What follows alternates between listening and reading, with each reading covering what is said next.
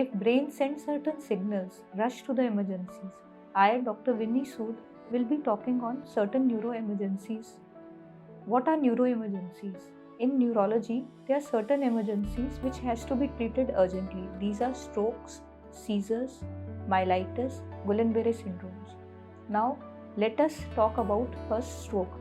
What are the symptoms of stroke?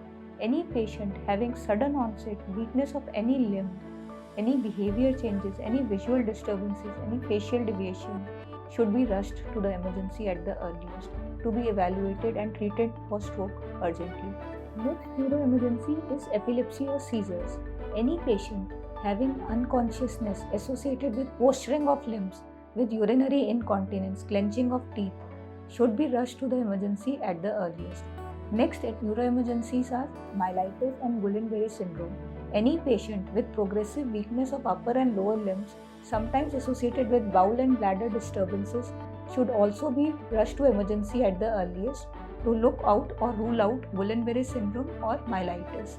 All these neuroemergencies should be treated promptly and urgently because the time is a very important factor. If we delay the treatment of these modalities, the patient is bound to have prolonged morbidity and mortality. So, recognizing these symptoms at the earliest and bringing the patient to the emergency at the earliest is very important so that the patient can be correctly evaluated and treated.